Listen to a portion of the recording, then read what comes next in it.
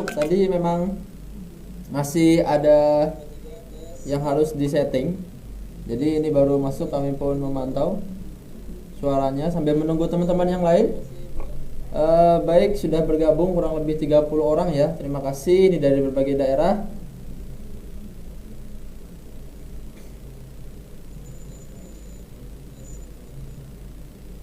Sudah ada dari Magetan, luar biasa. Arif Ramadan, Karawang, Boyolali. Suaranya jelas, terima kasih Bu Sutrisni konfirmasinya. Dari Lampung ini, mudah-mudahan kalau ada kesempatan kita bisa ke sana lagi, diskusi langsung, melihat kondisi lapangan yang ada di sana. Kemudian dari Brebes, dari Dompu, luar biasa, terima kasih.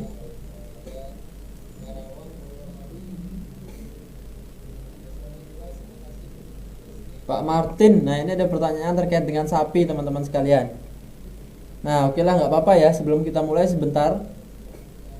Untuk mengatasi sapi yang sering keguguran. Nah jadi ini unik bahasan kita Ton, tapi memang karena basic dan juga kami sering juga menyampaikan terkait dengan terkait dengan peternakan. Nah ini boleh juga sapi sudah 3 kali keguguran. Nah baik, tentu kalau keguguran ini kita harus tahu penyebabnya Pak. Yang paling sering terjadi disebabkan oleh bakteri. Nah penyakit yang biasa disebut dengan Brucella abortus. Nah jadi si sapi itu aborsi, seolah-olah dia menggugurkan. Nah tetapi itu sebetulnya penyakit. Nah Bapak yang harus dilakukan adalah langsung konsultasikan pada mantri atau dokter hewan terdekat. Nah jadi nanti dikasih tahu, diberitahu apa obatnya, kemudian bagaimana cara penanganannya. Nah karena kalau kita cari obat di tempat biasanya seringkali tidak bisa karena harus menggunakan resep ya, resep karena ini berkaitan dengan keguguran. Nah keguguran kan artinya dia sudah jadi ya, sudah kawin kemudian sudah bunting. Nah jadi keguguran, dia tidak mampu mempertahankan kandungannya. Nah ini biasanya disebabkan juga oleh Brucella abortus. Nah selain itu juga nilai nutrisi dari pakan, lingkungan dan sebagainya nanti bisa dilihat langsung oleh mantri atau dokter hewan yang akan menangani Pak. Jadi Pak Martin begitu Pak, biasanya Brucella abortus. Mungkin bisa dicari informasinya dari internet, bagaimana mengatasi dan lain sebagainya terkait dengan aborsi atau keguguran ini. Brebes hadir, volumenya kurang ya. Nah ini kalau yang kurang mungkin bisa dimaksimalkan dari laptop ataupun HP Bapak Ibu sekalian. Di sini sudah kami setting tinggi, sudah full ya, sudah full. Terdengar jelas, oke, terima kasih. Boyolali hadir, Pangandaran, Sukabumi, Kediri. Nah jadi memang kondisi seperti ini tidak menyurutkan kita semua untuk terus sama-sama menyapa, sama-sama belajar, menyimak, memahami ilmu dari berbagai daerah dengan sangat mudah ya. Karena memang sisi lainnya adalah ketika kita tidak bisa bertemu, tetapi juga bisa tetap langsung bertatap muka ya melalui kamera. Nah jadi tidak menyurutkan, mudah-mudahan tidak menyurutkan teman-teman sekalian untuk sama-sama belajar. Ini dari mana-mana, alhamdulillah, bukan hanya di Indonesia, ini juga ada di Hong Kong ya Bu Erna, semoga sehat selalu timnya dan sebagainya, dan juga teman-teman yang lain di sini, semoga selalu sehat. Siak Riau hadir, luar biasa, terima kasih. Serang juga hadir. Ini kurang lebih ya, baik, kita mulai saja. Mungkin sambil nunggu yang lain, ataupun nanti kita bisa ulangi, kita bisa save videonya ketika teman-teman ingin mengulang menyaksikan video siaran ulangnya. Baik, bismillahirrahmanirrahim. Assalamualaikum warahmatullahi wabarakatuh. Semangat pagi mitra Nasa dimanapun berada. Semoga dalam keadaan yang selalu sehat, bahagia, sukses, dan dimudahkan dalam menjalankan kegiatan aktivitasnya sehari-hari, baik itu berbisnis NASA maupun berkegiatan lainnya, kegiatan umum, kegiatan wajib lainnya. Nah sehingga nantinya kita bisa memberikan effort, manfaat, semangat yang luar biasa paling tidak pada diri sendiri untuk terus mencapai target-target yang sudah kita rencanakan masing-masing. Insya Allah pada kesempatan pagi hari ini tidak banyak sebetulnya yang ingin kami share, kami sampaikan, karena memang ini hanya satu produk ya, produk nantinya kita akan kupas semaksimal mungkin. Boleh juga teman-teman nanti kalau yang sudah pernah menggunakan ataupun yang ingin bertanya boleh menanggapi, bertanya ataupun bertestimoni di komentar, juga akan kami bacakan. Karena memang mungkin kurang lebih setahun yang lalu ya terakhir kami mengeluarkan teknologi ini, produk ini, tetapi pada saat ini belum kami keluarkan kembali.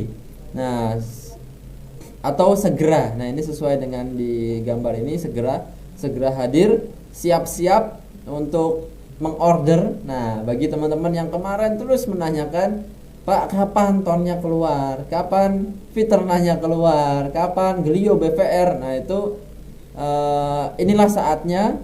Walaupun memang baru satu peluru ya, kalau kita ibaratkan senapan, senjata kita untuk closing. Nah, ini baru satu peluru lagi tambahan yang akan keluar.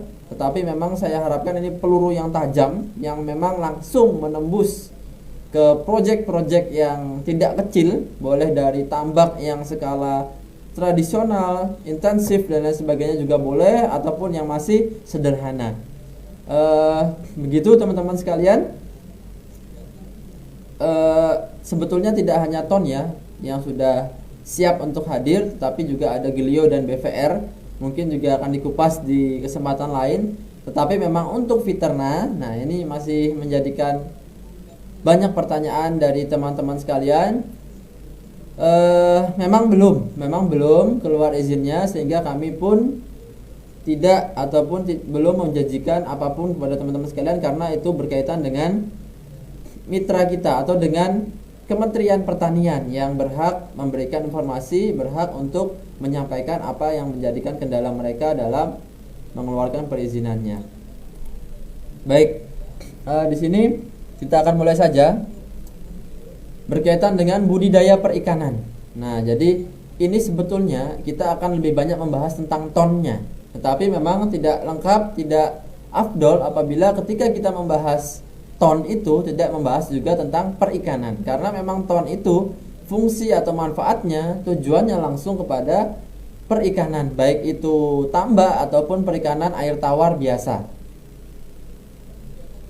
Nah, jadi ini kalau kita lihat di gambar ya, kita lihat di gambar ini adalah peluru tadi. Nah, kalau kita punya senjata untuk perikanan, tambak, nah ini pelurunya adalah gambar produk ini nih. Nah, kalau kita lihat hampir semuanya sudah lengkap pelurunya. Ketika tidak lengkap pun seharusnya kita masih bisa menembak, masih bisa mengeluarkan pelurunya. Nah, apalagi kalau sudah keluar semuanya atau bertambah satu persatu. Nah, kalau kita lihat di sini, alhamdulillah ton sudah ada. Fiterna itu masih proses akhir, mudah-mudahan kami juga berharap akan segera keluar dengan cepat. Kemudian POC NASA juga tetap ada, ready, hadir. Kemudian harmonik juga tetap ada. Ton tadi sudah alhamdulillah hadir, sudah ada kembali. Kemudian tangguh ini juga masih proses perpanjangan izin. Teman-teman kalau yang masih punya tangguh bisa juga digunakan ke perikanan, baik itu tangguh dekomposer maupun tangguh probiotik boleh digunakan.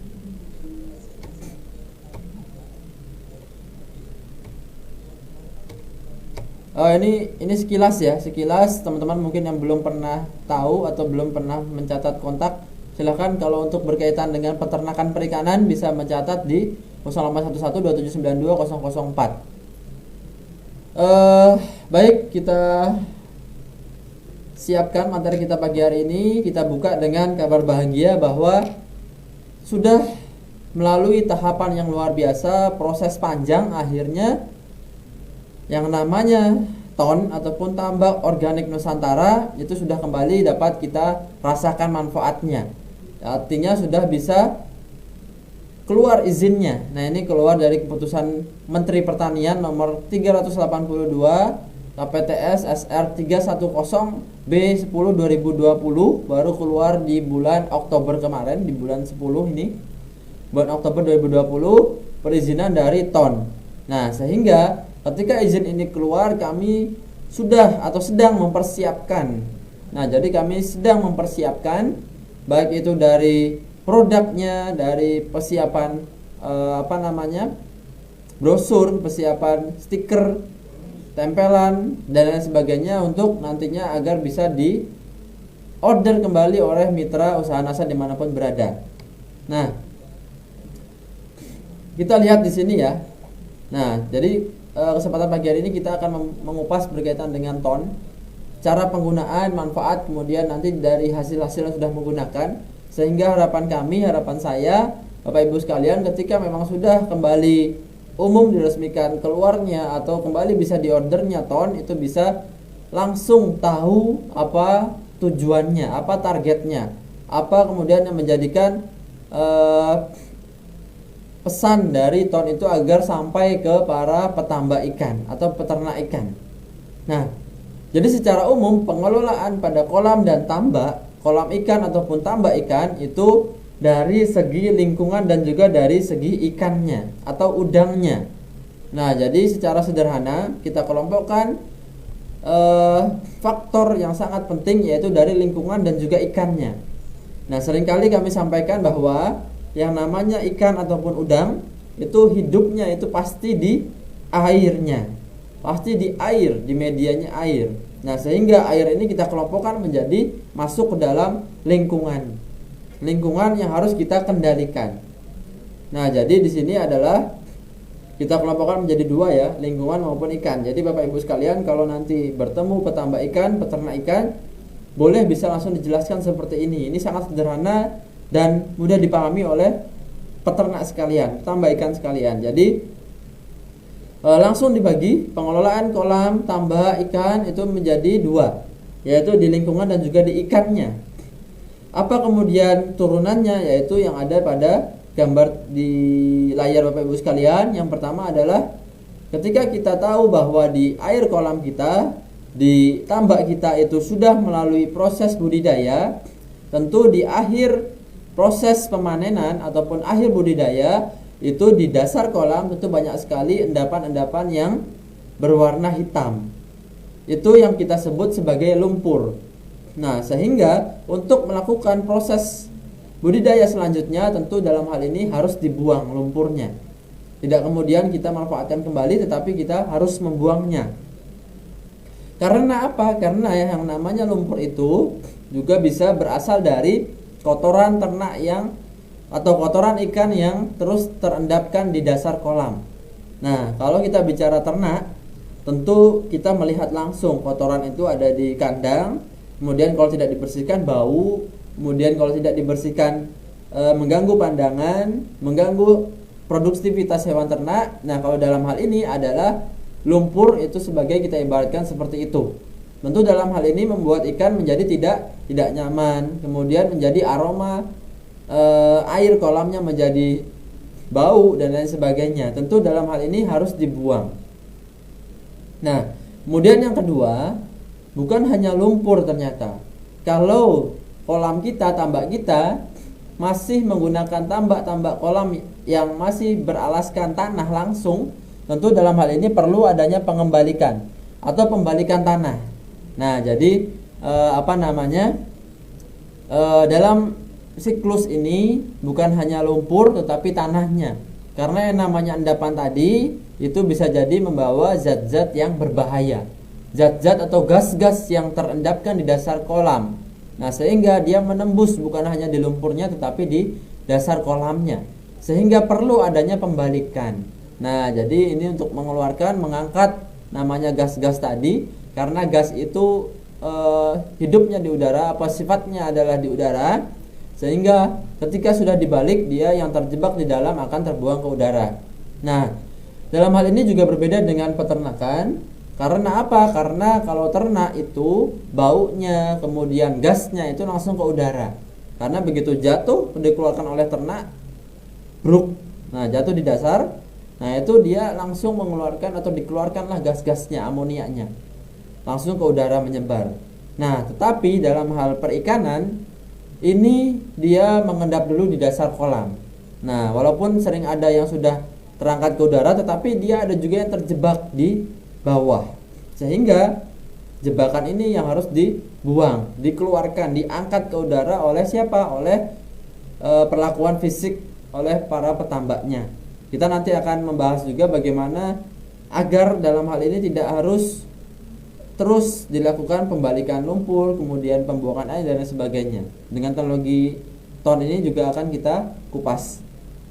Kemudian yang ketiga, jadi ketika kita sudah membuang lumpur, mengembalikan tanah atau membalikkan tanah, tentu kita juga harus mengecek atau menguji kualitas dari dasar kolam atau dasar tambak kita. Nah, kalau memang kolamnya masih tanah tadi, ini dilakukan proses pengapuran. Nah, karena memang dari dasar kolam ini cenderung pH-nya adalah asam. Pengapuran salah satu fungsinya adalah untuk menetralkan pH-nya. Nah, kemudian untuk apa? Untuk mematikan bakteri ataupun hal-hal yang tidak diinginkan dalam budidaya selanjutnya itu hidup di dasar kolam. Dia bisa membunuh bakteri yang berbahaya. Nah, sehingga pengapuran ini penting untuk dasar kolam yang masih menggunakan tanah. Kemudian yang keempat adalah dikeringkan, pengeringan. Nah, ketika sudah dilakukan seperti itu, kita istirahatkan kolamnya, kemudian kita keringkan. Nah, ini yang kemudian menjadikan tidak semuanya petambak kita, peternak ikan kita itu melakukannya. Mereka begitu panen itu langsung lagi diberikan ikan, langsung lagi ditebar benih ataupun benur ataupun nener. Nah, ini istilah ya. Kalau bibit itu biasanya ikan, kalau benur itu biasanya udang, kalau nener itu bandeng. Nah, jadi bibit ikan bandeng itu disebut juga dengan nener.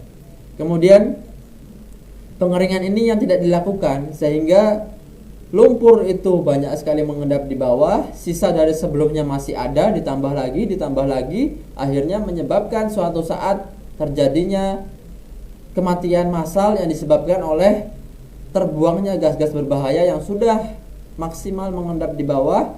Ini menjadi zat berbahaya yang biasa disebut juga dengan upwelling atau terangkatnya gas-gas yang berbahaya ke udara. Penyebabnya ataupun akibatnya salah satunya adalah kurangnya oksigen dalam air. Udah ada gasnya yang tinggi, oksigennya menjadi rendah, otomatis ikan akan tidak nyaman. Sehingga ini yang menyebabkan proses ataupun kejadian yang biasa disebut dengan kematian massal di kolam. Tetapi sebelum itu seringkali ikan sudah menunjukkan penyebabnya, menunjukkan gejala-gejalanya. Apa gejalanya? Umumnya kita bisa lihat kalau ikan yang biasanya di dasar kolam, sekarang dia sering main di permukaan air.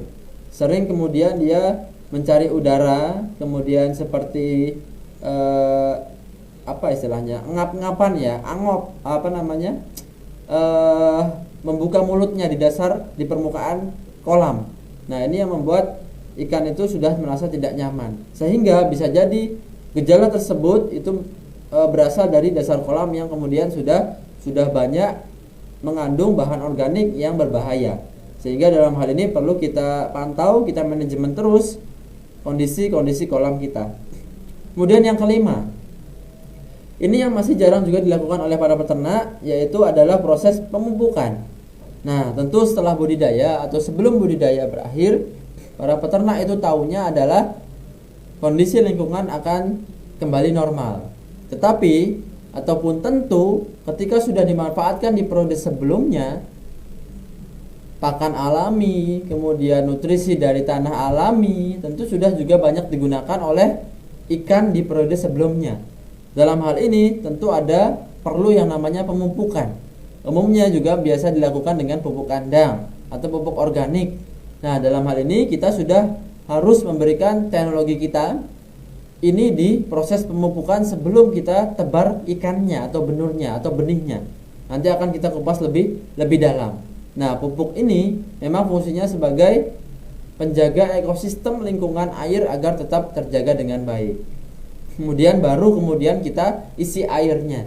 Nah, ketika fase-fase ini sudah dilakukan, kita isi air itu untuk menumbuhkan, untuk melihat kondisi kolam apakah sudah bagus atau belum.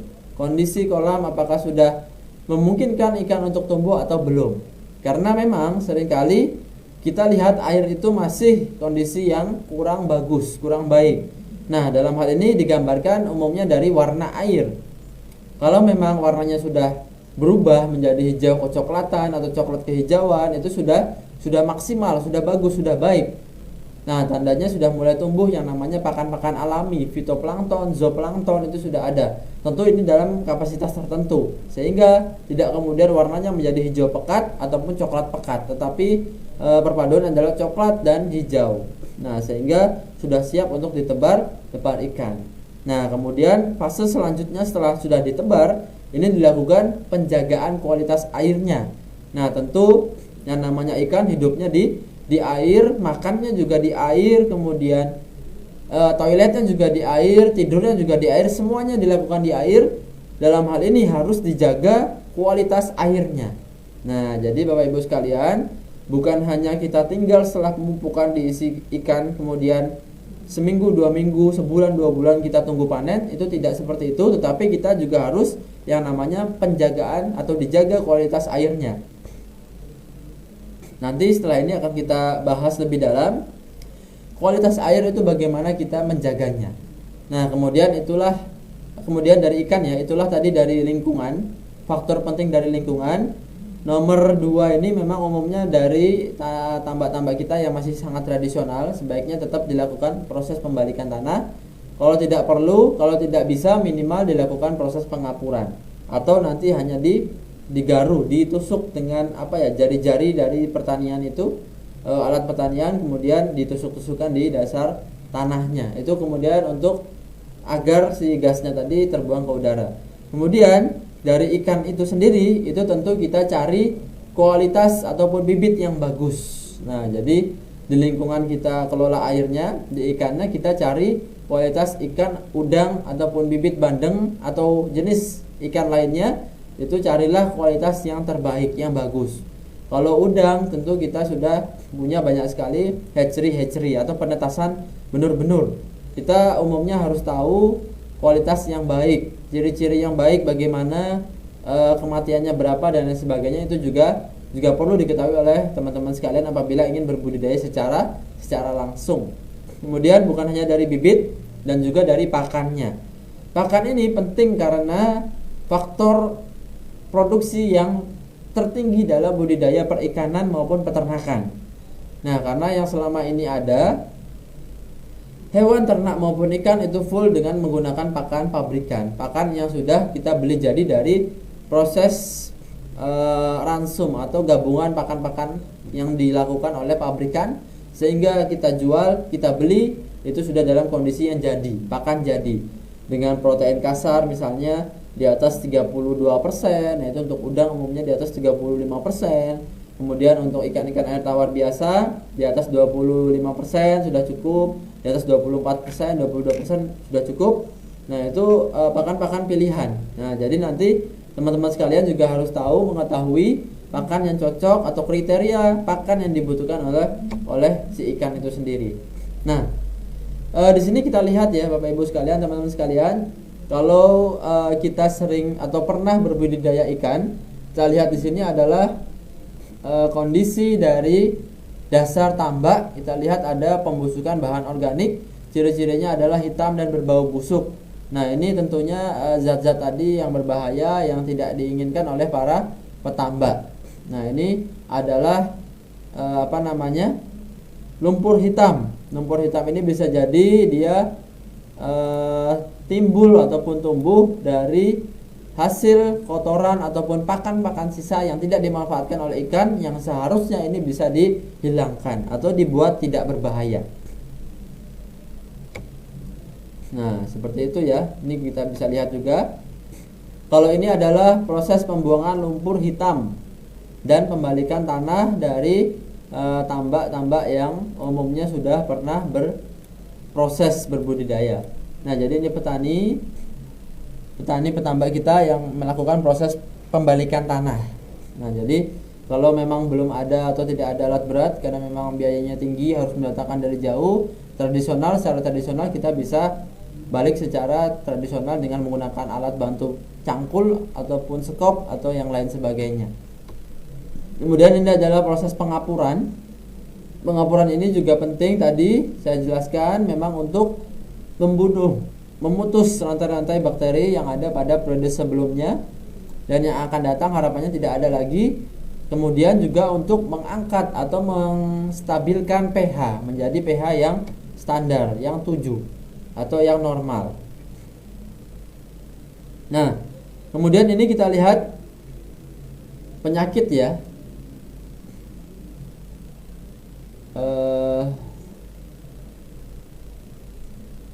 Oke. Penyakit yang timbul ini karena umumnya ada 3 faktor.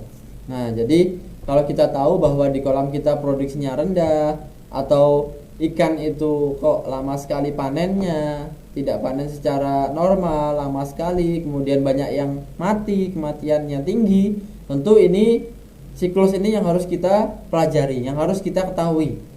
Apalagi kalau para petambak, peternak ikan nanti sudah menanyakan kepada Bapak Ibu sekalian, pada mitra nasa semuanya. Tentu kalau kita belum tahu, nanti akan bingung menjawabnya.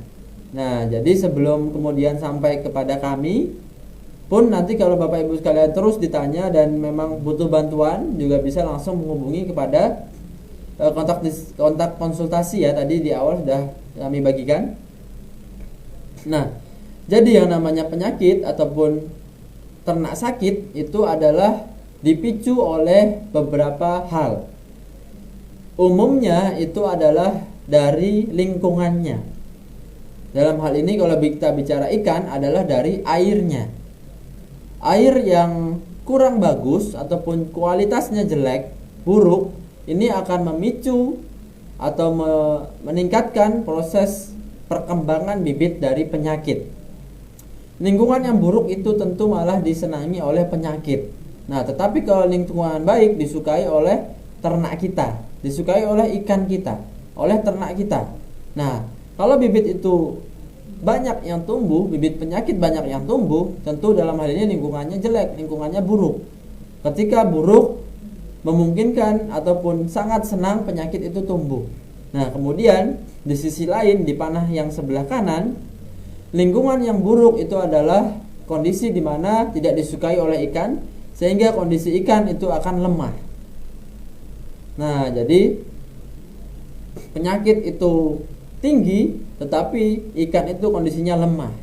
Nah, ketika pada kondisi seperti itu, bibit penyakit akan mudah sekali menyerang ikan. Nah, ketika ikan itu sudah sangat lemah, otomatis ikan akan sakit nantinya. Nah, tentu dalam hal ini penyakit menjadikan faktor tertinggi dari kematian ikan atau hewan ternak. Nah, dalam hal ini harus kita kendalikan, harus kita singkirkan. Nah, ini contoh ya. Contoh di beberapa lokasi tambak yang di sana terjadi proses kejadian atau yang namanya upwelling tadi, kematian massal. Nah, beberapa kejadian banyak sekali di danau-danau. Nah, jadi memang kalau kita bicara kematian massal itu umumnya di danau ataupun di sungai. Nah, jadi kenapa? Karena kita tidak tahu dasar kolamnya seperti apa. Kita taunya hanya dasarnya bagus, ikan budidaya di sana. Tetapi kalau kita ketahui bahwa daya dukung dari lahan itu perlu juga diperhatikan, sehingga ini menjadikan tantangan kita untuk mengembalikan daya dukung, sehingga kondisi mikrobia alami, kondisi ekosistem alami itu tetap terjaga. Nah, jadi jangan kemudian kita tebar secara lebih daripada normalnya, terlalu padat. Nah, itu bisa menyebabkan kondisi yang tidak baik, sehingga dalam hal ini kami menulis, ini sudah dipublikasikan dari 2019, bahwa potensi lahan tambak yang besar itu seharusnya kita kendalikan juga dengan meningkatkan daya dukung lahan yang tinggi. Sehingga apa? Sehingga dari adanya kolam yang sekian luasnya itu kita bisa tingkatkan kepadatannya. Itu juga kita sudah terapkan di tambak kita, nanti akan kita kupas. Nah, kita masuk kepada teknologi yang sudah kita punya, kita miliki, kita kenal, yaitu dengan pengelolaan dari lingkungan dan juga dari ikannya, dari gizinya, dari pakannya itu juga kita punya semuanya. Jadi tidak perlu khawatir apakah dari lingkungan punya ataupun hanya dari pakannya, tetapi dua-duanya kita punya. Dan yang sekarang sudah hadir kembali yaitu adalah tonnya ataupun tambak organik Nusantara, pengendali dari lingkungannya. Jadi kalau teman-teman dulu masih ragu menggunakan pengganti sementaranya yaitu Super Nasal, teman-teman sekarang sudah mulai bisa menyiapkan untuk menggunakan kembali yang namanya ton, tambak organik Nusantara, untuk pengelolaan lingkungannya. Nah, tapi kalau untuk tangguh memang masih dalam proses perpanjangan izin. Proses close ordernya masih berlanjut, mudah-mudahan juga bisa dalam waktu dekat. Kami minta doanya teman-teman sekalian ini untuk support, doa, dukungan untuk produk-produk kita apabila yang belum kembali ready bisa kembali ready. Kemudian untuk nutrisinya atau pakannya, untuk ikannya itu kita sama halnya seperti hewan ternak, kita gunakan Viterna, POC-Nasa dan juga dari Hormonic. Nah, ini yang mungkin perlu ditekankan oleh teman-teman sekalian. Ton itu apa kemudian keunggulan dan manfaatnya? Kemudian kalau si petambak ataupun peternak ikan menanyakan lagi lebih dalam, apa kemudian yang harus kita jelaskan, itu yang menjadikan dalam hal ini penting bagi mitra NASA dimanapun berada. Nah, yang menjadikan poin penting ada 3 penjelasan yang akan kami sampaikan. Jadi 3 keunggulan utama dari ton ini yang akan kami sampaikan pada pagi hari ini melalui skema dan juga penjelasan. Mudah-mudahan Bapak Ibu sekalian bisa memahami sehingga bisa menjelaskan nanti kepada para petambak ikan yang akan menggunakan. Yang pertama, ton sebagai penetral senyawa beracun dan menjaga keseimbangan ekosistem di kolam. Nah, dalam hal ini tentu bahan organik di dasar kolam tadi ataupun dari sisa kotoran ternak tadi yang ada di dasar, yang biasa kalau kita lihat tadi seperti lumpur hitam, itu kalau dia masih dalam proses budidaya itu akan menjadikan hal yang berbahaya. Karena apa? Karena gas tadi, amonia tadi terjebak di dalam kolamnya, di dasar kolamnya, sehingga ini menjadi hal yang beracun atau berbahaya. Nah, kita harus tambahkan dari luar apa? Yaitu ton, tambak organik Nusantara. Nah, dari sebelah kiri adalah bahan organik tadi menghasilkan amonia atau gas beracun. Kemudian dari dalam ton itu kita ada yang namanya bakteri Nitrosomonas dan Nitrobakter. Nah, dalam hal ini tanda panah ke bawah ini dia adalah untuk menangani dari amoniaknya, bukan kemudian menghilangkan, tetapi dia merubah. Nah, jadi yang namanya senyawa amonia ini bisa dirubah. Yang namanya proses perubahan itu adalah nitrifikasi. Nitrifikasi ini perubahannya, nama prosesnya yang dirubah adalah nitrit menjadi nitrat. Nah, jadi yang namanya amonia tadi yang berbahaya di dasar, kita akan rubah menjadi bukan amonia lagi, tetapi menjadi zat yang tidak beracun. Nah, atau biasa disebut nitrit menjadi nitrat, menjadi nitrat. Nah, sehingga ketika dia sudah kembali normal, amonia itu sudah tidak ada atau sudah berubah, tentu zat asamnya akan menurun ataupun basanya menurun, menjadikan pH optimal.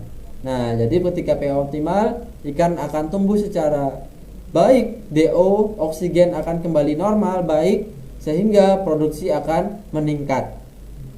Nah, pada fungsi pertama ini, ton sebagai proses penghilangan dari senyawa-senyawa beracun atau biasa disebut dengan amonia. Jadi, ketika kita sudah gunakan ton, itu kita sudah tidak perlu sering-sering mengganti air. Cukup kalau biasanya kalau kolam standar 3 hari sekali, seminggu sekali, kalau kita bisa jadi hanya 2 minggu sekali, atau bahkan full tidak diganti, atau seminggu sekali. Nanti tinggal melihat kondisi kolamnya dan juga kondisi kepadatannya. Tentu dalam hal ini kita tidak bisa tahu, tidak bisa samakan antara kolam yang kepadatannya biasa ataupun kepadatannya padat, lebih dari biasa. Karena apa? Sederhananya pemahamannya seperti ini, bahwa ketika semakin banyak hewan makhluk hidup di dasar kolam, di kolam ikan, tentu yang namanya pakan tadi akan semakin tinggi diberikan ke hewan ternak. Sisi lain, pakan tadi juga akan dikeluarkan menjadi kotoran juga akan semakin banyak karena kepadatannya menjadi tinggi. Nah, tentu perlu ada pengendali. Salah satunya adalah penghilangan amonia ini yang juga kita harus gunakan ton. Nah, jadi ton tadi menghilangkan senyawa-senyawa berbahaya. Salah satunya adalah amonia. Nah, jadi kalau kita bicara senyawa berbahaya tentu bukan hanya amonia, ada juga zat-zat lainnya. Nah, kemudian fungsi yang selanjutnya, fungsi yang kedua adalah ton sebagai pengikat logam berat. Nah, kalau teman-teman dulu pernah dengar adanya H2S. H2S itu salah satu adalah contohnya logam berat. H2S mungkin dulu viral ya karena kasus Mirna. Nah, ada yang pernah dengar Mirna? Mirna yang diberikan kopi itu, kopi dicampur dengan sianida. Sianida itu merupakan salah satu logam berat ya.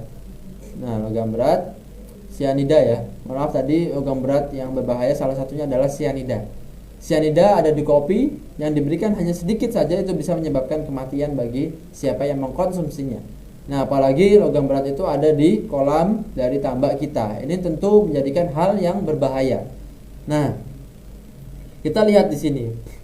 Logam berat itu apabila dia ada ataupun mengendap di dasar kolam bersama dengan tadi gumpalan ataupun lumpur-lumpur tadi, dia menjadi tidak berbahaya karena dia anaerob, menjadikan gumpalan aman ya, di dalamnya itu aman. Kondisinya adalah gumpalan. Tetapi kalau dia terlarut, nah terlarut ini tidak bisa dipungkiri, seringkali ikan itu bermain di dasar kolam ataupun menemui atau menabraklah gumpalan-gumpalan dan lain sebagainya. Belum lagi kalau air hujan, ikan berada di dasar ataupun kemarau, air itu menurun, tentu ikan pada bermain di dasar dan ketika itu semua tersentuh, logam ini akan terangkat atau akan tercampur ke air tambak kita atau air kolam kita. Sehingga kalau terlarut ini menjadikan zat yang berbahaya. Nah, jadi kalau terlarut menjadikan hal yang berbahaya. Sehingga peran ton di sini dengan adanya asam humat dan asam sulfat tentu fungsinya adalah mengikat. Siapa yang kemudian diikat? Yang diikat adalah logam beratnya. Nah, jadi kalau dia terlarut sebelum dia tercampur dengan air kolam akan diikat. Nah, akan diikat sehingga menjadi tidak berbahaya. Nah, amonia tadi tidak berbahaya, logam beratnya juga menjadi tidak berbahaya, diikat. Sehingga dalam hal ini ikan tidak merasakan bahaya dari adanya logam berat. Sehingga kalau kita lihat fungsi pertama tadi, dia adalah menghilangkan atau penetral ya, istilahnya penetral, tidak hilang, hanya dirubah amonia menjadi nitrit dan nitrat. Kemudian kalau yang kedua, dia adalah mengikat logam-logam berat. Nah, jadi itu kurang lebih dua ya. Kemudian selanjutnya adalah ton sebagai penjaga. Nah, jadi ini kualitas air itu salah satunya adalah oksigen terlarut dan juga dari kecerahan airnya. Karena kecerahan air menggambarkan kondisi air kolam itu sehat atau tidak. Kecerahan ini juga menggambarkan kondisi dari plankton. Nah, jadi atau hewan-hewan yang ada di air kolamnya. Kecerahan ini semakin dia pekat otomatis menjadi tidak baik. Sehingga perlu kita atur, kita lihat kondisinya. Mungkin seperti di gambar ini di backgroundnya itu merupakan salah satu air di tambak yang baik, yang sehat ya, seperti coklat kehijauan ataupun hijau kecoklatan. Apabila kita lihat atau kita pantau dengan bambu atau alatnya, itu kecerahannya normal lah, sekitar 20 cm atau 30 cm. Jadi masih kelihatan dasarnya si alatnya itu. Bukan kemudian terlalu pekat sehingga begitu kita masukkan alat ataupun tangan kita udah nggak kelihatan. Nah, penjaga dalam hal ini karena apa? Karena di dalam ton ini juga terdapat unsur-unsur mineral. Nah, jadi adanya ini dia akan meningkatkan proses penguraian dari mikroorganisme dan juga bahan organik nanti terurai. Nah, yang bahaya tadi akan terurai juga sehingga kecerahan akan menjadi normal. Kemudian ketika ekosistem terjaga dari adanya kandungan dalam ton tadi, kondisi semuanya terjamin aman, tentu dalam hal ini adalah memudahkan atau memberikan kondisi yang bagus bagi hewan-hewan alami di dasar kolam, di kolam kita untuk tumbuh. Salah satunya adalah plankton. Plankton ini juga bisa digunakan sebagai pakan alami bagi ikan. Nah, tentu ketika kita sudah punya pakan alami, kita bisa menghemat yang namanya pakan utama. Nah, jadi harapannya adalah selain kita gunakan pakan yang sudah kemudian bagus dari pabrik, tetapi kita juga berikan pakan-pakan alami dari kolam itu sendiri. Dari pupuk yang sudah kita berikan di awal tadi, pun dari pemberian setiap periodenya. Nah, sehingga dalam hal ini pakan alami, fitoplankton, zooplankton juga akan ikut tumbuh. Nah, ini kalau kita lihat secara umum ya, teman-teman mungkin kalau biasa melihat di Google, di internet ataupun di brosur, itu adalah fungsinya 8 poin ini. Nah, yang kita jelaskan, yang kami jelaskan tadi poin 1, 2, dan 3. Nah, tentu kami harapkan Bapak Ibu sekalian sudah memahami prosesnya. Nah, jadi ini ya, prosesnya dipahami, karena ketika berbicara seperti ini, tentu apabila ada pertanyaan selanjutnya teman-teman bingung. Nah, tetapi setelah tadi kita sama-sama pahami, tentu dalam kandungan ton ada apa, sehingga fungsinya untuk apa, sehingga bisa mengikat logam berat, bisa mengurai senyawa beracun, amonia dan lain sebagainya. Kemudian juga bisa mempercepat pertumbuhan plankton, itu bagaimana tadi juga akan sudah kita kupas. Itulah yang utama, 3 fungsi utama. Fungsi yang lainnya memang dia merutinkan moltingnya udang. Karena apa? Karena tadi kandungan mineral juga ada, kondisi kolamnya juga bagus. Nah, sehingga ketika kondisi kolam bagus, hal inilah yang dibutuhkan udang untuk dia molting. Kalau yang belum pernah tahu molting, molting adalah proses dari dia membuka cangkang kemudian memasang atau membentuk cangkang yang baru. Nah, jadi udang ini dia seperti manusia ya, dia pakai baju. Nah, kalau teman-teman tahu kerabangnya ataupun cangkangnya udang, itu per periode dia harus melepasnya, mengganti baju ke ukuran yang lebih besar, lebih besar ya, karena memang ketika udang tambah besar tetapi bajunya tidak tambah besar, tetapi cangkangnya tidak tambah besar, sehingga dia harus mencopotnya, membuat cangkang yang baru. Nah, jadi harus ganti baju, cari baju yang baru. Nah, ketika proses itu ada, proses itu harus dibutuhkan kondisi lingkungan yang bagus, yang maksimal. Sehingga ketika sudah maksimal, sudah kondisi ekosistemnya sehat, bagus, sehingga dalam hal ini kita bisa merutinkan udang sehingga udang tetap terjaga kesehatannya. Kemudian selanjutnya adalah membantu sistem pencernaan. Tentu ketika sehat, udang juga akan sehat dalam hal penyerapan, baik itu dari pencernaan ataupun sifat-sifat lainnya. Kemudian selanjutnya adalah meningkatkan kekebalan tubuh. Nah, kekebalan tubuh inilah yang menjadikan poin penting lainnya. Karena sejauh ini udang-udang juga banyak terserang penyakit karena kondisi lingkungan yang kurang baik, yang kurang bagus. Perihal penyakit tadi kita juga sudah bahas di awal, karena penyebabnya itu dari lingkungan yang buruk. Sehingga apabila kita sudah berikan ton, lingkungan sudah bagus, sudah baik, sudah maksimal, tentu kekebalan tubuh akan tinggi. Nah, kondisi lingkungan yang bagus menurunkan bakteri ataupun penyebab penyakit menjadi lebih sedikit. Nah, jadi nanti bakterinya itu ditekan, patogen ataupun yang jahat akan ditekan, sehingga muncullah yang bagus-bagus saja, yang baik saja. Tentu dalam hal ini ketika itu sudah terjadi, kekebalan tubuh udang akan semakin lebih bagus, lebih baik. Nah, kemudian selanjutnya yang ketujuh adalah membantu perkembangan mikroorganisme bermanfaat. Nah, tadi kalau kita bahas juga ada di poin sebagai pengurai tadi ada bakteri Nitrosomonas dan Nitrobakter. Kemudian juga dari hal sebagai peningkat ataupun penjaga DO tadi ada bakteri mikroorganisme juga pengurainya. Sehingga kotoran tadi yang sudah ada di dasar itu akan diurai menjadi hal yang tidak berbahaya. Tentu hasil uraiannya seringkali juga dimanfaatkan oleh plankton, hewan-hewan alami kecil untuk sebagai bahan pakannya. Sehingga ketika pakan sudah dimakan oleh hewan-hewan kecil tersebut, hewan kecil juga bisa dimakan oleh udang. Nah, plankton beberapa yang bisa dimanfaatkan oleh udang itu dimanfaatkan sehingga menjadi pakan alami, dan ini bisa menghemat yang namanya pakan. Kemudian selanjutnya adalah menciptakan ekosistem yang seimbang. Nah, jadi secara menyeluruh ekosistem di kolam, tumbuhan air, plankton yang menguntungkan tumbuh, kemudian DO bagus, kemudian udang menjadi sehat, kondisinya terjaga.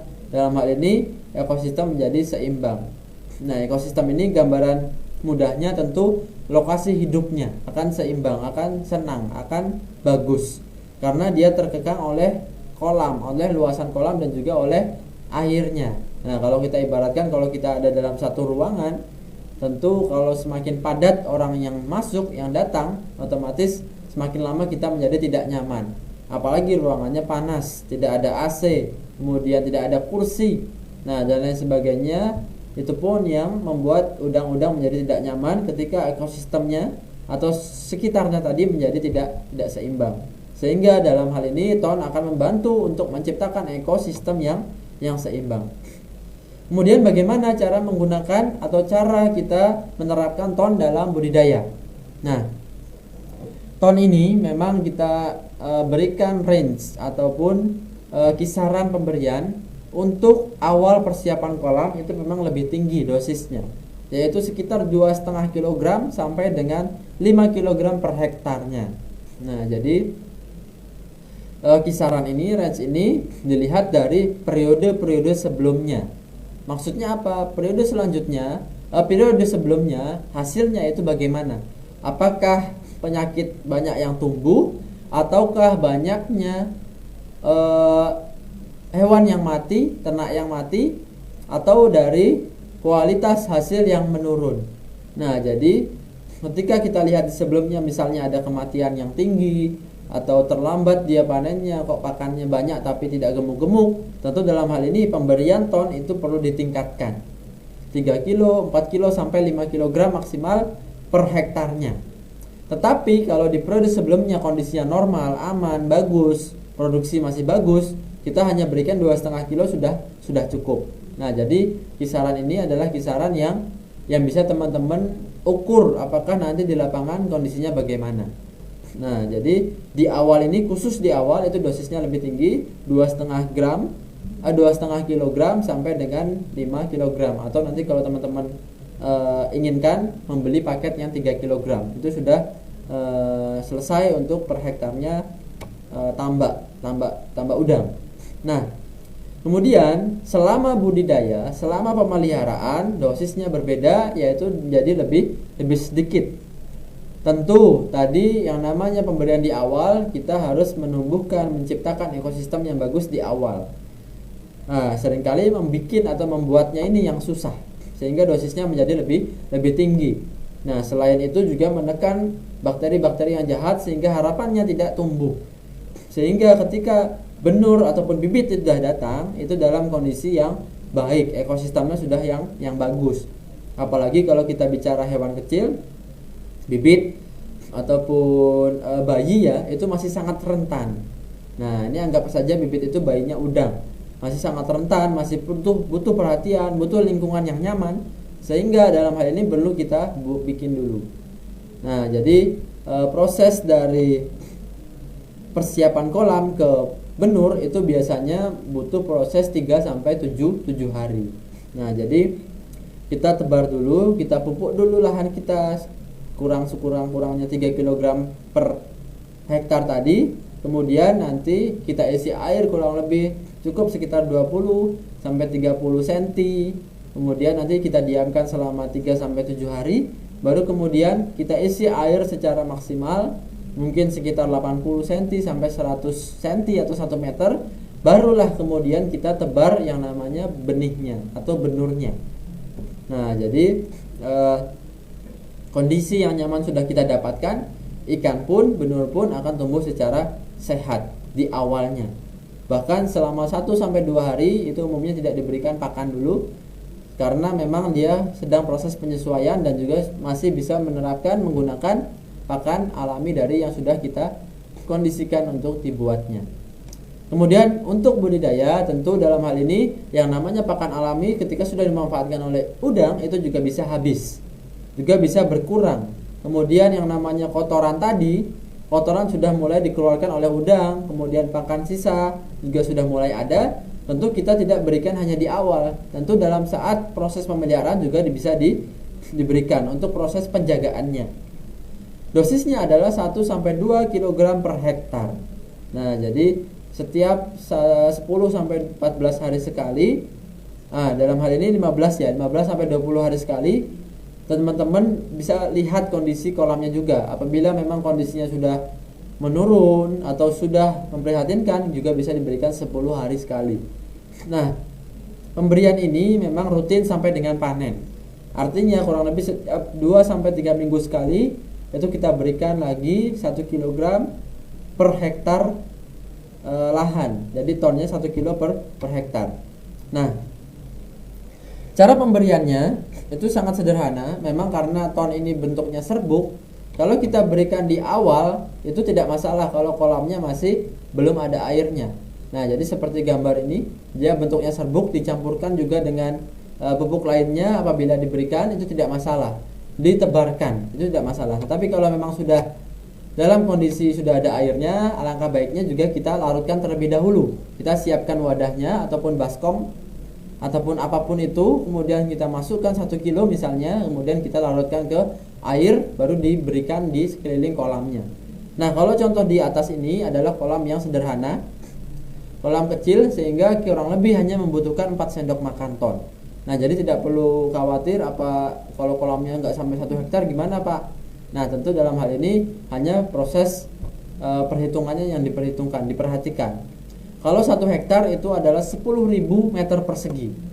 Nah, kalau kita punya kolam 1.000 meter persegi, kurang lebih pemberiannya dikurangi 10 ya. Kalau 10.000 menjadi 1.000 kan 10, dikurangi nolnya 1.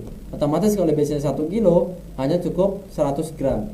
Nah, 1 kilo kan 1.000 gram. Kalau pemberiannya hanya 100 ataupun 1.000 meter persegi, hanya diberikan 100 gram. Tentu 4 sendok ini sudah cukup apabila kolam-kolam yang di bawah 100 meter persegi atau kolam-kolam dengan kepadatan tinggi yang kecil itu juga bisa 4 sendok makan ton dilarutkan dalam air. Ini 10 liter hanya untuk memudahkan pelarutan ya. 5 liter ataupun berapa liter pun tidak apa-apa, yang penting kolamnya bisa.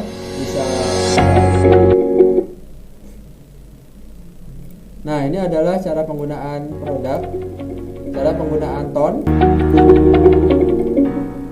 Nah, jadi videonya seperti ini, teman-teman bisa dilihat di layarnya.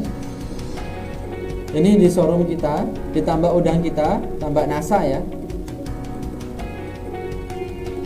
Ketika itu kita masih ada yang namanya Tapro.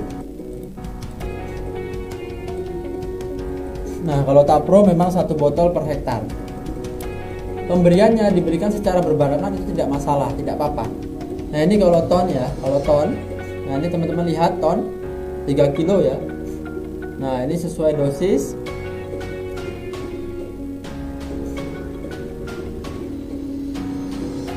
Nah, ini dilarutkan dulu, aduk rata, diremas-remas. Ini untuk mendapatkan hasil yang lebih baik, yang lebih maksimal. Nah, jadi ton ini memang warnanya menjadi lebih hitam. Nah, kemudian kita berikan seperti biasanya, langsung disiramkan. Kalau bisa dia mengelilingi, dan kalau ada kincir, nah cukup di situ nanti akan berputar sendiri.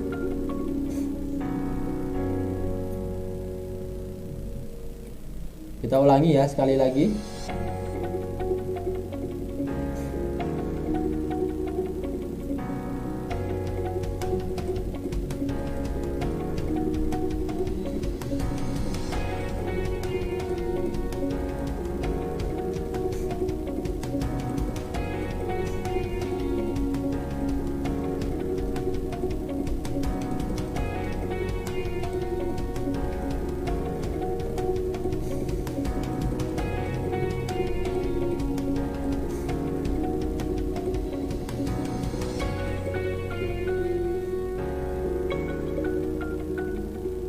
diberikan secara berkala selama kurang lebih 15 hari sekali.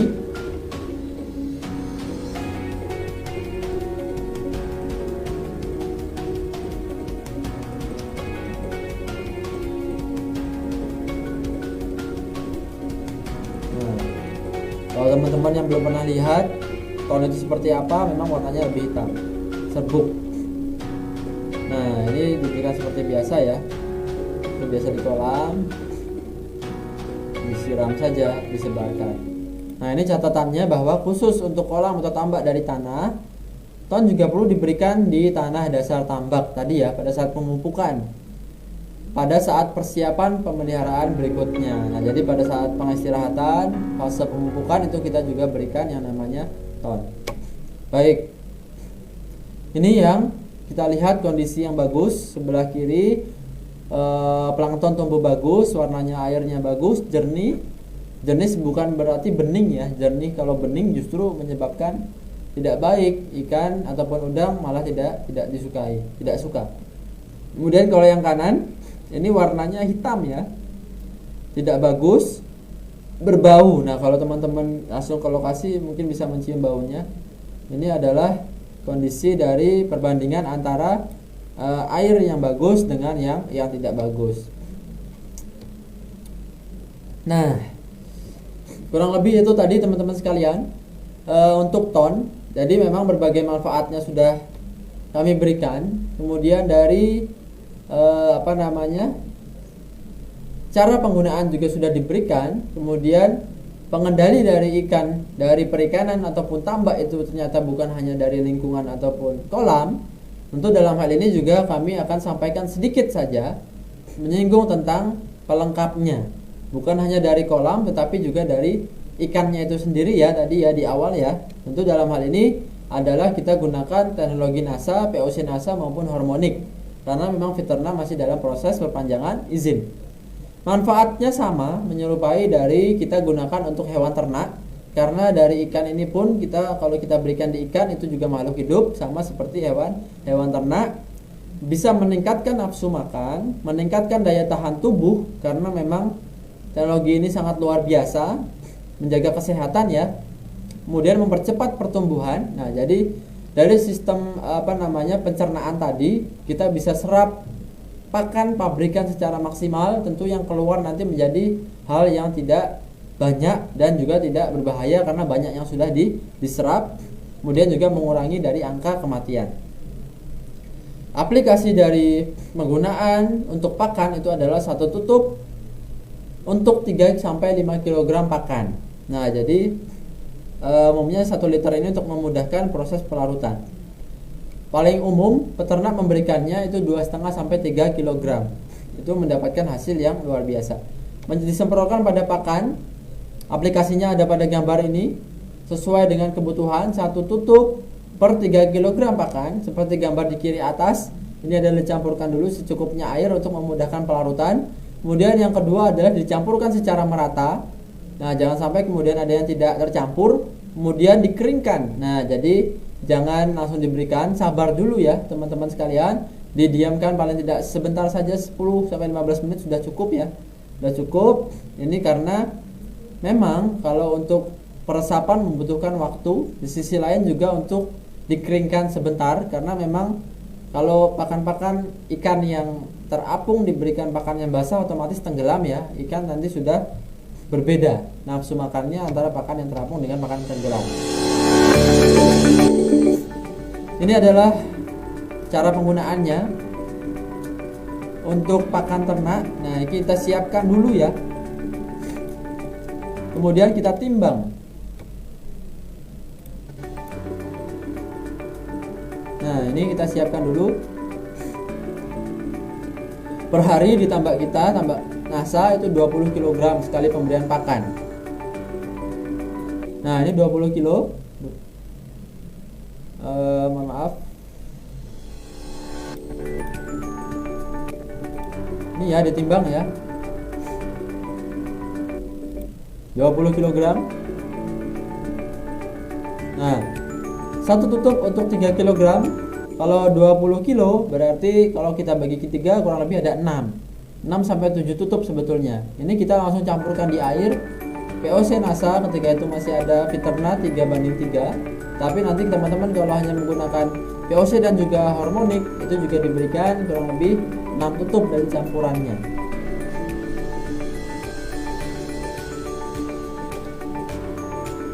Nah,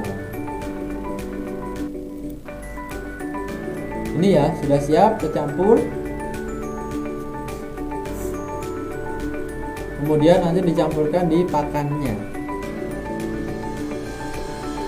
Nah, ini diaduk merata, dicampur sampai dengan maksimal.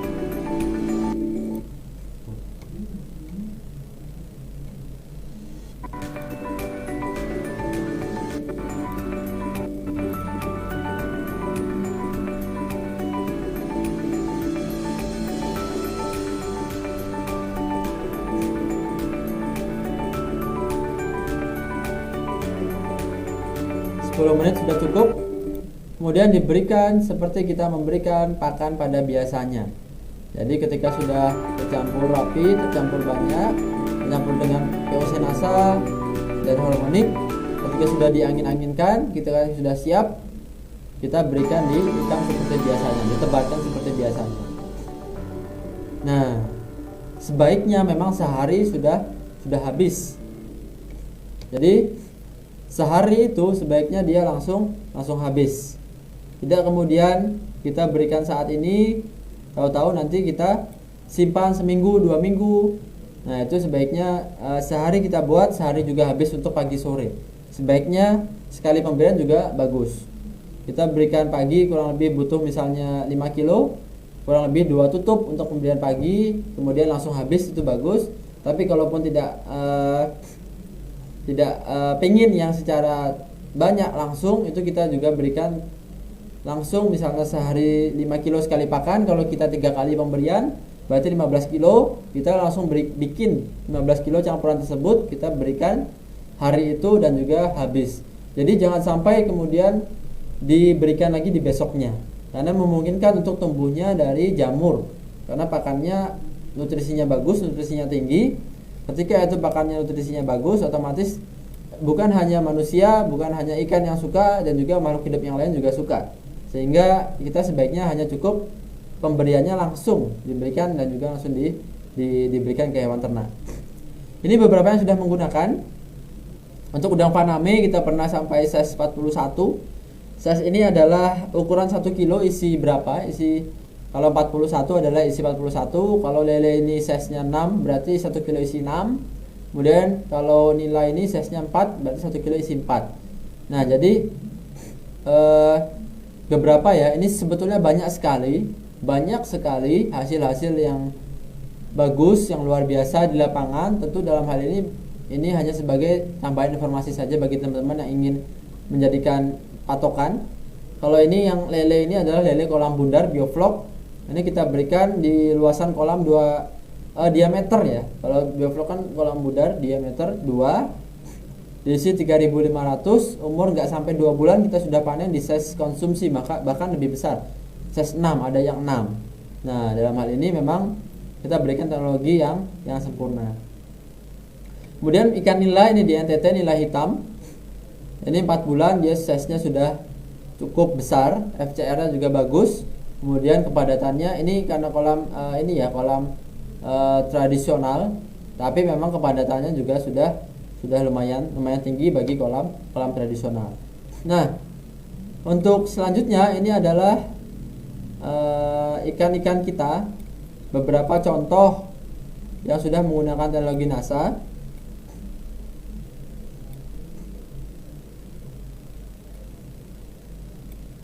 Nah,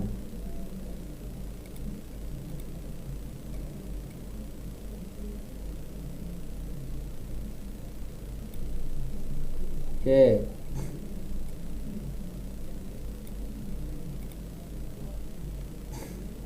Ini ya, ikan-ikan kita yang sudah menggunakan teknologi NASA ini mendapatkan hasil yang luar biasa bagus.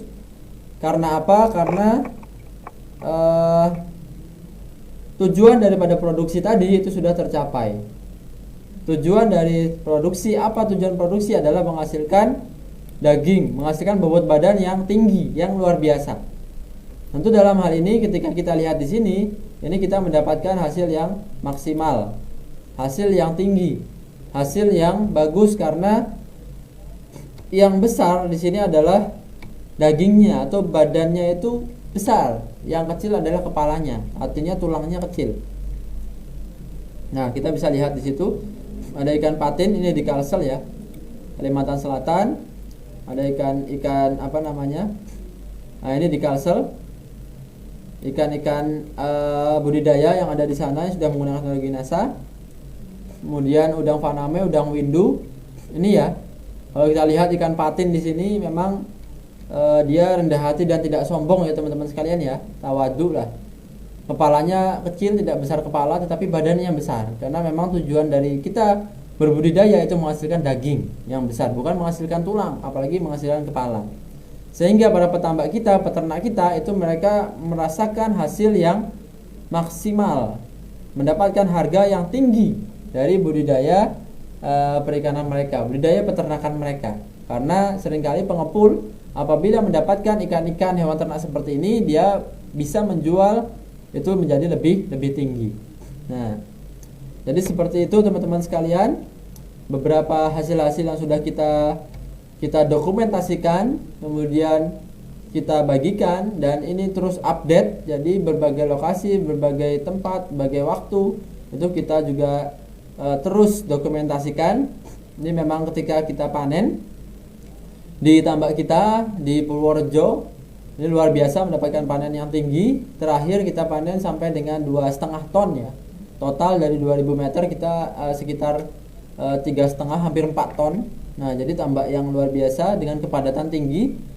Per 1000 meter kita tebar 200.000 ekor, 200.000 benur. Sehingga dalam hal ini sudah di atas dari intensif, bahkan dari super intensif. Nah, ini ya, ketika kita supervisi ke sana, kita melihat kondisi tambak kita di sana, bahkan beberapa kali sudah live di sana. Teman-teman sering juga melihat kita live di sana, mulai dari penjelasan tentang udang, kemudian panen di sana, kemudian ada penebaran benur. Mudah-mudahan nanti secara berkala kita bisa lihat kondisinya sampai dengan panen bagaimana. Itu juga akan kita sampaikan, kita bahas ya, mudah-mudahan. Nah, ini ketika memang Viterna itu sedang close, produk-produk yang belum bisa kita edarkan kembali tidak ada, kita juga gunakan di showroom-showroom kita apa yang ada untuk kemudian bisa kita sharekan, bagikan kepada teman-teman dimanapun berada agar menjadi lebih yakin. Nah, ini juga terakhir tulisan-tulisan kami. Ini adalah tambak foto di belakang yang sebelah kiri, ini adalah tambak kita yang panen kemarin. Itu sudah dipublikasi juga melalui majalah nasional. Ini ada yang namanya meningkatkan produksi. Nah, jadi memang sejauh ini produksi itu terus menurun, kondisi lingkungan yang kurang bagus itu menurun, bahkan ada juga proses-proses penyakit yang datang itu, tetapi di kolam kita, di tambak kita itu produksinya tetap tinggi. Nah, jadi saat pandemi ya, saya memberi judulnya saat pandemi, ketika memang semua orang butuh kesehatan, nutrisi, protein yang tinggi, produksi udang juga harus tetap tinggi dong. Nah, jadi ketika harus tinggi, harus bagaimana? Harus dengan penerapan teknologi. Teknologi apa di dalamnya adalah teknologi NASA. Baik itu dari lingkungannya, penjagaan terhadap lingkungannya, maupun penjagaan terhadap nutrisinya bagi ikan itu sendiri di pakannya. Nah, sehingga yang di sebelah kanan ini yang terbaru, yang bulan Oktober, ini petambak waspada. Nah, ini salah satu penyakit yang viral ya, banyak sekarang, yaitu AHPND atau EMS. EMS itu kematian yang terjadi pada usia muda. Nah, ini ternyata memang kemarin di panen terakhir, tambak-tambak sebelah kita, tetangga-tetangga kita juga ada yang mengalami, tetapi syukurnya, alhamdulillahnya di tambak kita itu tidak terjadi. Nah, ini tulisan yang menjadikan laporan utama yang di sebelah kanan. PT NASA salah satu narasumber dari sekian banyak narasumber dari berbagai bidang, baik itu balai kedinasan maupun swasta, yang memang sukses berbudidaya tanpa adanya penyakit HPND itu timbul di kandang atau di kolamnya. Baik, kurang lebih seperti itu teman-teman sekalian. Memang apabila kita lihat secara menyeluruh dalam budidaya perikanan, tentu kita harus pengendaliannya ada pada kolam ataupun lingkungan dan juga dari ikan itu sendiri. Dalam hal ini dari amunisi kita dalam hal kolam ataupun lingkungan itu sudah ada kembali. Walaupun dulu bisa kita gantikan, tetapi sekarang sudah ada, sudah kita bisa gantikan sendiri. Dan juga dari pakannya, dari ikannya juga masih punya kita amunisinya, yaitu POC nasal juga hormonik. Alangkah baiknya itu dikombinasikan sehingga mendapatkan hasil yang maksimal. Dengan seperti itu, dengan menggunakan teknologi NASA, kami harapkan produksi tetap tinggi luar biasa sehingga para peternak, petambak ikan dan lain sebagainya itu merasakan kebahagiaan. Nah, jadi kita tebar bahagia bagi seluruh mitra usaha NASA dimanapun berada di seluruh Indonesia maupun di luar negeri dan lain sebagainya. Nah, jadi seperti itu teman-teman sekalian informasi yang dapat kami sampaikan pada kesempatan pagi hari ini. Apabila masih ada yang ingin ditanyakan, bisa menghubungi kami di kontak yang ada di 0811 2792 004. Nah, jadi seperti itu teman-teman. Semoga bermanfaat apa yang kami sampaikan. Mungkin tanya jawabnya lanjut langsung ya. Kalau memang nanti ada yang ditanyakan langsung menghubungi kontak kami agar nanti lebih bagus. Kalau dilihat di chat di sini memang sudah ada pertanyaan, tapi memang secara umum sudah kami jelaskan tadi di lapangan. Nah, bagi teman-teman yang sudah hadir ataupun yang terlambat, nanti bisa melihat video ulangnya karena ini gambarnya kami save dan kami simpan juga di Facebook grup Rifki Pertanian Organik NASA, ataupun nanti juga akan ada di YouTube ya. Mudah-mudahan nanti ada kesempatan waktu untuk diupload juga di YouTube Rifki Dimas Aji TS. Nah, jadi kalau teman-teman ingin melihat informasi lain juga berkaitan dengan peternakan perikanan NASA juga bisa melihat di YouTube-nya. Nah, jadi seperti itu. Ikan koi bagaimana? Secara umum memang untuk ikan itu sama budidayanya. Cuman kalau untuk ikan hias, nah ini ikan hias yang ada di akuarium yang kemudian dipajang di depan ataupun di ruang tamu dan lain sebagainya yang itu menjadi hiasan mata, itu seringkali cukup kita berikan teknologi untuk pakannya saja. Karena apa? Karena ton itu tahu sendiri tadi warnanya dia hitam. Otomatis kalau kita berikan di akuarium warnanya nanti menjadi lebih hitam. Tapi tidak masalah kalau teman-teman tidak memandang itu sebagai kekurangan dari estetika. Tapi kalau memandang wah airnya jadi seperti keruh, tidak bening dan lain sebagainya, itu cukup gunakan POC dan juga hormonik. Tetapi kalau juga diberikan justru mendapatkan hasil yang bagus karena air dalam kondisi yang bagus, yang sehat, sebetulnya sehat walaupun nanti airnya agak gelap. Seperti itu teman-teman. Kalau untuk bandeng bagaimana? Bandeng bersama saja Pak. Jadi seperti tadi sudah kami jelaskan, satu tutup kalau menggunakan untuk pakan satu tutup per 3 kg pakan. Kemudian kalau untuk tonnya itu 1 kg per hektar. Diberikan kurang lebih setiap 2 minggu sekali sampai dengan panen. Jadi pemberian di awal sebelum nener itu ditebar itu kita gunakan juga. Kemudian untuk pengendaliannya, pemeliharaannya kita berikan berkala setiap 10 sampai 14 hari sekali sampai dengan panen. Nah, jadi kalau bandeng ini dia agak berbeda ya karena pakannya itu yang dia sukai adalah tumbuhan lumut atau biasa disebut dengan kelekap ya. Kelekap kita juga bisa maksimalkan. Kemudian juga membuat pakan alaminya juga bisa lebih baik. Nah, jadi kurang lebih seperti itu teman-teman sekalian yang dapat kami sampaikan. Untuk lebih lanjut bisa ditanyakan melalui WA nomor telepon yang ada pada layar Bapak Ibu sekalian 0811 2792 004. Terima kasih, semoga apa yang kami sampaikan pada kesempatan hari ini dapat bermanfaat, dapat membuat teman-teman menjadikan semangat baru bahwa produk kita akan segera kembali ready, sudah mulai dipersiapkan amunisinya sehingga ketika sudah bisa diorder hanya tinggal menembakkan, baik itu ke jaringan, baik itu ke pengguna maupun mitra usaha NASA lainnya. Ibarat kita satu amunisi tadi, satu peluru sudah kembali datang, otomatis kalau ada tambahan peluru kita menembaknya menjadi lebih kuat, menembaknya lebih banyak. Nah, apalagi kemarin kurang satu saja itu bisa menurunkan beberapa omset ya. Kalau beberapa teman-teman yang cerita ditambah itu ada yang masih belum bisa menggunakan selain ton sehingga mereka belum mulai budidaya. Ada yang tidak bisa menggunakan super nasa. Nah, padahal kita sudah jelaskan bahwa itu juga bagus. Akhirnya juga mereka menggunakan dan juga mendapatkan hasil yang baik. Terima kasih. Semoga bermanfaat. Selamat siang. Salam sehat. Semoga teman-teman selalu dilancarkan dalam segala urusannya.